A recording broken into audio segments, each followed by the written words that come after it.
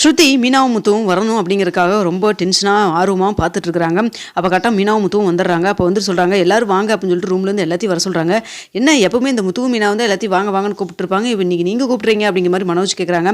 எல்லாம் காரணமாக தான், ஏன்னா எதிர்பார்த்த விஷயம்லாம் எதிர்பார்க்காத சில விஷயமெல்லாம் நடக்குதுல்ல வீட்டில் அப்படின்னு சொல்லிட்டு இருக்கிறாங்க. என்னம்மா ஸ்ருதி அப்படின்னு சொல்லிட்டு உடனே வந்து அண்ணாமலையும் கேட்குறாங்க. இருங்க அங்கிள், எல்லாருக்கும் வந்துட்டு ரியலாகவே போட்டே காமிச்சிருவோம் அப்படின்னு சொல்லிட்டு உடனே வந்துட்டு ஒரு வீடியோவும் போட்டு விட்றாங்க. அதில் பார்த்தா வந்துட்டு விஜயா ரோகிணிகிட்ட பேசிகிட்டு இருக்கிறது இருக்குது. இதை பார்த்துட்டு என்ன ரோஹினிகிட்ட ஏதோ பேசிகிட்டு இருக்காங்களே அப்படின்னு சொல்கிறாங்க. ஃபுல்லாக பாருங்கள், யாரும் அவசரப்படாமல் பாருங்கள் அப்படின்னு சொல்கிறாங்க. அதில் பார்த்தா ஏண்டி நான் கூட உன்னை என்னமோ நினச்சிட்டு இருந்தேன், என்னென்ன வேலை பார்த்துட்டு இருக்கு, அடியாள் வேலை வச்சு வேலை வாங்குற அளவுக்கு பெரிய ஆள் ஐடியில் இன்றைக்கி எல்லாத்தையும் தான் சிந்தாமணி சொல்லிட்டாங்க அப்படின்னு சொல்கிறாங்க.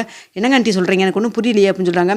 பூ வந்து ஆர்டரை வந்து சிந்தாமணி கொடுக்குறதால அன்றைக்கி நீ வந்து நான் யோகா கிளாஸில் வந்து கேட்டேன், அதனால தானே சிந்தாமணி போய் உங்கள்கிட்ட பேசிட்டுன்னு சொல்லி நான் விட்டேன். கடைசியில் பார்த்தா மீனாவுடைய அம்மாவுடைய கடையை வந்து எடுக்க சொல்லி அவங்ககிட்ட சொல்லியிருந்திருக்கேன். அப்போ தான் இந்த பூ ஆர்டர் கொடுப்பேன்னு வேறு சொல்லியிருந்திருப்பியாட்டிருக்குது.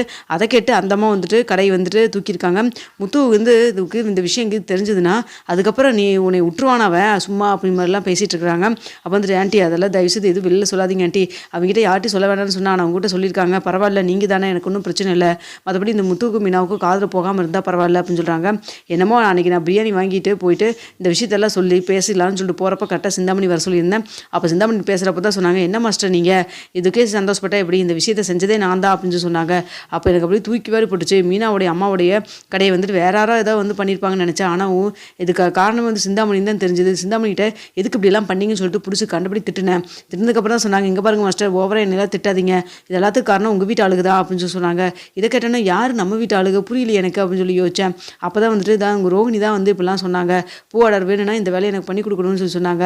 அதனால தான் சரி ஓகே, இதனால் நம்மளுக்கு என்ன போகுது, நம்மளுக்கு பூ ஆர்டர் வந்தால் போதும் அப்படிங்கிற மாதிரி நினச்சிட்டு நான் வந்து மீனாவுடைய அம்மா கடையை வந்து எடுக்கிறக்காக வந்துட்டு எல்லா வேலையும் பார்த்துட்டேன் அப்படின்னு சொல்லி சொன்னாங்க. இதை கேட்டோன்னு எனக்கு எப்படி தெரியுமா இருந்தது, ஏன்டி இப்படிலாம் இருக்கா அப்படின்னு சொல்கிறாங்க. இங்கே பாருங்க ஆண்டி, தயவுசெய்து சொல்கிறது கேளுங்க ஆண்டி, வெளியில் மட்டும் யார்ட்டையும் சொல்லாதீங்க ப்ளீஸ் அப்படின்னு சொல்கிறாங்க. இங்கே பாரு, வெளியில் சொல்கிற மாதிரி இருந்தால் ஹாலில் வச்சு எல்லாத்தையும் நான் சொல்லியிருந்திருக்க மாட்டேனா, நான் கூப்பிட்டு வந்த மருமகளாச்சே, அப்படி இப்படி உன்னை வந்து கொண்டு வந்து ஹால் நிற்க வச்சு எல்லாத்துக்கு முன்னாடி அவமானப்படுத்தவும் முடியாதுல்ல, அதனால தான். அது மட்டும் இல்லாமல் உன்னை மருமகன் சொல்கிறக்கே எனக்கு வெக்கமாக இருக்குது. ஒவ்வொரு நாளும் உன்னை பற்றி ஏதாவது ஒரு விஷயம் வெளில வரப்போ எனக்கு தலையில் அடிச்சுக்கிற அளவுக்கு தான் இருக்குது. ஏன் அப்படிலாம் இருக்குன்னு எனக்கு ஒன்றுமே புரியல. உன்னெல்லாம் நம்பி வீட்டில் வச்சுருக்கிறது ரொம்ப தப்பு. நாளைக்கு மனோஜுக்கு ஏதாவது நீ பண்ணாலும் கூட பண்ணிடுவீல அப்படின்னு சொல்கிறாங்க. ஆண்டி தயவுசெய்து ஆட்டி சொல்லாதீங்க அப்படின்னு சொல்லிட்டு கால் விழுந்து கஞ்சுறாங்க. அப்போனா ஒன்று பண்ணு, எனக்கு ஒரு இந்த விஷயத்தை வெளில சொல்லக்கூடாதுன்னா எனக்கு ஒரு கூலி வேணும்ல, 1,00,000 ரூபா பணம் கொடு, வேணால் சொல்லாமல் இருக்கா அப்படின்னு சொல்கிறாங்க. இது கட்டணும் என்னங்க ஆண்டி கேட்குறீங்க, என்கிட்ட அவ்வளோ பணம்லாம் இல்லை. உங்களோட பணம் இருக்கா இல்லையா நல்லா கேட்கல, நீ தான் வேலைக்கு போய் சம்பாதிக்கிற, நல்லா தானே சம்பாதிக்கிற, 1,00,000 ரூபாய் கொண்டு வந்து கொடுக்குற வழியை பாரு, இல்லைன்னா அப்புறம் அதுக்கப்புறம் எல்லாத்தையும் சொல்ல வேண்டியதாக இருக்கும். அதுவும் முத்துவுக்குள்ள இந்த விஷயம் தெரிஞ்சுன்னா உன்னை சும்மா விட மாட்டான், பார்த்துக்கோ அப்படின்னு சொல்லிட்டு இருக்கிறாங்க. சரிங்க ஆண்டி, நான் உங்களுக்கு அரேஞ்ச் பண்ணி கொடுத்துட்றேன் அப்படின்னு சொல்லிட்டு கிளம்பிடுறாங்க. இது எல்லாத்தையும் வந்து ஸ்ருதி கரெக்டாக வந்துட்டு எல்லாத்தையும் வந்து கேமராவில் ரீல்ஸ் எடுக்கிற மாதிரி எப்போ எடுக்க போகிறப்ப கரெக்டாக வந்து இது எல்லாத்தையுமே கேட்டுக்கும் செஞ்சுறாங்க, வீடியோவும் எடுத்துடுறாங்க. பார்த்தீங்களா இதுதான் அப்படின்னு சொல்லிட்டு காமிக்கிறாங்க.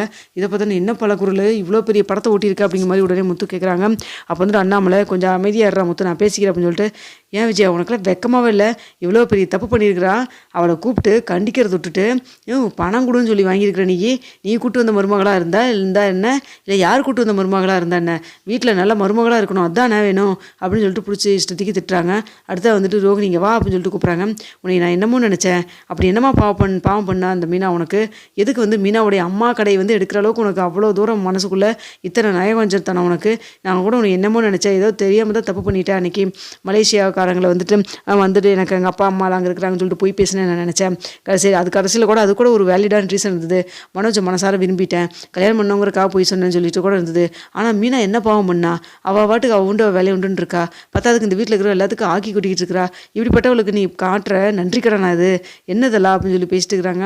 அப்போ மீனா கேட்குறாங்க, ஏங்க ரோகிணி ஏதாவது உங்களுக்கு என்ன பிடிக்கல, ஏதாவது பிரச்சனைனா அது நேரில் என்கிட்ட கேட்டிருக்கலாம், இல்லையா என்னை வந்து ஏதாவது பழி வாங்கியிருக்கலாம், ஒன்றுமே அறியாமல் எங்கள் அம்மா மாட்டுக்கு வந்துட்டு இருந்துட்டுருக்காங்க, அவங்கள போய் எதுக்குங்க பழி வாங்கணும்னு நீங்கள் நினச்சிங்க, அதை விட எங்கள் அம்மா அங்கே நீங்கள் அந்த இடத்துல இருந்துன்னு தெரிஞ்சிருந்துருக்கோம், எங்கள் அப்பாவுடைய அந்த கரும்பு கடை எடுக்கிறப்ப அவங்க எவ்வளோ தூரம் அழுது போராடினாங்கன்னு சொல்லிட்டு அவங்க காலையெல்லாம் விழ போயிட்டாங்க. என்னங்க இதெல்லாம் எதுக்குங்க அப்படி பண்ணீங்க, எப்பயுமே எங்கள் அம்மா இங்கே வந்தால் அவங்கள ஒரு மகள் மாதிரி தானே நினைப்பாங்க, ஏதாவது நான் கூட எங்கிட்ட பேசுமா பிடிமான்னு தான் நல்ல விதமாக தான் சொன்னாங்க, அவங்க என்னங்க உங்களுக்கு பாவம் பண்ணாங்க, எதுக்குங்க இப்படி வந்து பாவத்தை குட்டிக்கிறீங்க நீங்கள் அப்படின்னு சொல்லிட்டு மீனா ரொம்ப கோவமாக சொல்கிறாங்க. அப்போ வந்துட்டு முத்துவும், என்ன பரலரமா இந்த விஷயத்தை வேறு யாராவது பண்ணியிருந்தாங்கன்னா இந்நேரம் நடக்கிறத வேறையாக இருந்திருக்கும். நீங்கிறனால வந்துட்டு என்னால் எதுவுமே பேச முடியல. இருந்தாலும் வந்துட்டு உன்னையெல்லாம் சும்மா விடக்கூடாது. ஸ்டேஷனில் போய் கம்ப்ளைண்ட் கொடுக்குறேன்னா இல்லையான்னு பாருங்கள். ஏற்கனவே இதை பற்றி விசாரிக்க சொல்லி ஸ்டேஷனில் வந்துட்டு அருண் வந்து எடுத்து பண்ணிக்கிட்டு இருக்காப்புல. அவருக்கு முன்னாடி இந்த விஷயத்தை நான் போய் சொன்னால் கண்டிப்பாக உன்னை சும்மா விட மாட்டாப்ல அப்படின்னு சொல்லிட்டு இருக்காங்க. இல்லை முத்து, அது வந்து இங்கே பாருங்க, பேசாதீங்க, நீங்கள் பேசுறதுக்குலாம் உங்களுக்குலாம் எந்த தகுதியுமே கிடையாது அப்படின்னு சொல்கிறாங்க. அப்போ ஸ்ருதி சொல்கிறாங்க, ரோகிணி உங்களை என்னமோ நினச்ச கட்ட பஞ்சாயத்து வைக்கிற மாதிரி வீட்டுக்குள்ளேயே வந்துட்டு ரவுடிசம் பண்ணிட்டு இருக்கீங்களே நீங்கள், எப்படி என்னங்க உங்களுக்கு பண்ணாங்க மீனா வந்துட்டு எவ்வளோ தூரம் வந்துட்டு நல்லவங்களாக இருக்காங்க. படிக்கலனா கூட மீனாவும் சரி முத்துவும் சரி அவங்கள நம்பினவங்களும் சரி, அது மட்டும் இல்லாமல் அவங்க கண்ணுக்கு எதிரே ஏதாவது ஒரு தப்பு நடந்தால் கூட தட்டி கேட்டுருக்காங்க. இப்படிப்பட்ட கேரக்டருக்கு நீங்கள் எதுக்கு இப்படிலாம் பண்ணுறீங்க? அது வீட்டுக்கு வெளியில் வந்து எதிரி இருந்தால் பரவாயில்ல, வீட்டுக்குள்ளேயே இப்படி இருக்கப்போ என்ன பண்ண முடியும் சொல்லுங்கள் அப்படின்னு சொல்லிட்டு இருக்கிறாங்க. இல்லை அது வந்து தெரியாமல் என்னங்க தெரியாமல் ஆர்டர் வந்திருக்கு, அந்த ஆர்டர் வந்து மீனாவுக்கு நீங்கள் கொடுத்துருந்துருக்கலாம். இல்லையா கொடுக்க பிடிக்கலையா, சரி கொண்டு போய் சிந்தாமணிக்கே கொடுத்துருக்கலாம், அது கூட ஓகே தான். ஆனால் வந்துட்டு அந்த கடையை வந்து எடுக்கணும் அப்படின்னு சொல்கிற அளவுக்கு வந்துட்டு எனக்கு ஒன்றும் புரியல.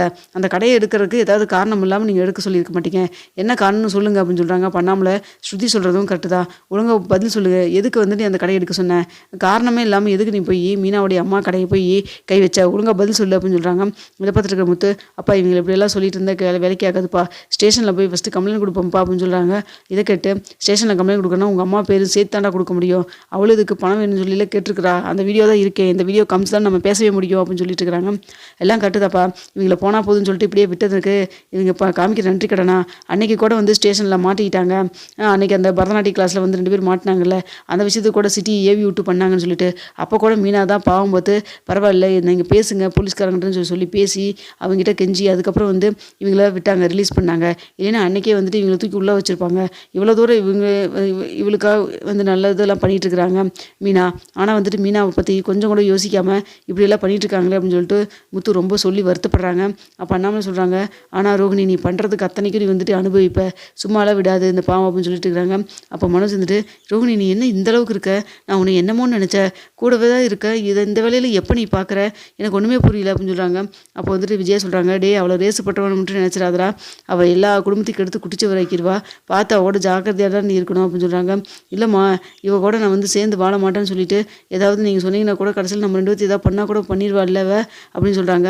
அந்தளவுக்கு பண்ண நான் விட்டுருவேனாடா அப்படிங்கிற மாதிரி வந்துட்டு விஜயா கேட்குறாங்க. அப்போ வந்துட்டு சொல்கிறாங்க, இவளெல்லாம் வீட்டுக்குள்ளேயே வச்சிருக்கூடாதுங்க, முத்து சொல்கிற மாதிரி ஸ்டேஷனில் போய் கம்ப்ளைண்ட் கொடுக்கட்டும் அப்படின்னு சொல்கிறாங்க. அதான் ஏற்கனவே சொன்னேன்ல, கொடுத்தா நீ அதுக்கு பணம் கேட்டே, உன்னையும் சேர்த்து பிடிச்சி உள்ளே போடுவாங்க, பரவாயில்லையே அப்படின்னு சொல்கிறாங்க. எங்க உண்மை தெரிஞ்சிருச்சு, வெளியில் சொல்லக்கூடாது அப்படிங்கிறக்காக தான் நான் பணம் கேட்டேன், மற்றபடி இந்த பிரச்சனையை வந்து பண்ணுன்னு சொல்லி நானாக சொன்னேன், என்னைய எதுக்குள்ளே பிடிச்சி போட போகிறாங்க அப்படின்னு சொல்லி பேசிட்டு இருக்கிறாங்க. அப்போ வந்துட்டு ஸ்ருதி சொல்கிறாங்க, ஆமாம் ஆண்டி சொல்கிறதும் கரெக்டு தான், அவங்களுக்கு இதுக்கு சம்மந்தம் கிடையாது, விஷயம் தெரிஞ்சது பணம் கேட்டிருக்காங்க, ஆனால் ஆண்டி எந்த விஷயத்துக்காக இருந்தாலும் பணத்தை கொடுத்து சரி பண்ண முடியும் அப்படின்னு மட்டும் தயவு செய்து நினைக்காதீங்க, ரொம்ப தப்பான தாட்டுது, தப்பு பண்ணியிருக்காங்க அப்படின்னா எல்லாத்துக்கு முன்னாடி நீங்கள் சொல்லியிருந்துருக்கணும், அதுதான் நியாயம், இப்படி நீங்கள் பண்ணுறது ரொம்ப தப்பாக இருக்குது அப்படின்னு சொல்லிட்டு இருக்கிறாங்க. இல்லைம்மா அது வந்து வேண்டாங்க ஆண்டி, நீங்கள் இதுக்காக எந்த ஒரு நியாயமும் சொல்ல வேண்டாம், நீங்கள் பண்ணது என்னதான் இருந்தாலும் தப்பு தான் அப்படின்னு சொல்லிட்டு இருக்கிறாங்க. எல்லாரும் என்னை மன்னிச்சிருங்க, ஏதோ ஒரு ஈகோவில் பண்ணிட்டேன் அப்படிங்கிற மாதிரி வந்துட்டு சொல்கிறாங்க. இங்கே பாருங்க பாடுறமா, சும்மா 19 ஏதோ பண்ணிட்டேன்லாம் சொல்லாதீங்க, இது காரணம் இல்லாமலாம் பண்ணியிருக்க மாட்டீங்க, ஒழுங்காக உண்மையை சொல்லுங்கள், உங்களையும் அந்த சிந்தாமணியும் ஸ்டேஷனில் கம்ப்ளைண்ட் கொடுத்து உள்ள தூக்கி போடணும் இல்லையான்னு பாருங்க அப்படின்னு சொல்லிட்டு முத்து ரொம்ப கோவமாக பேசுகிறாரு.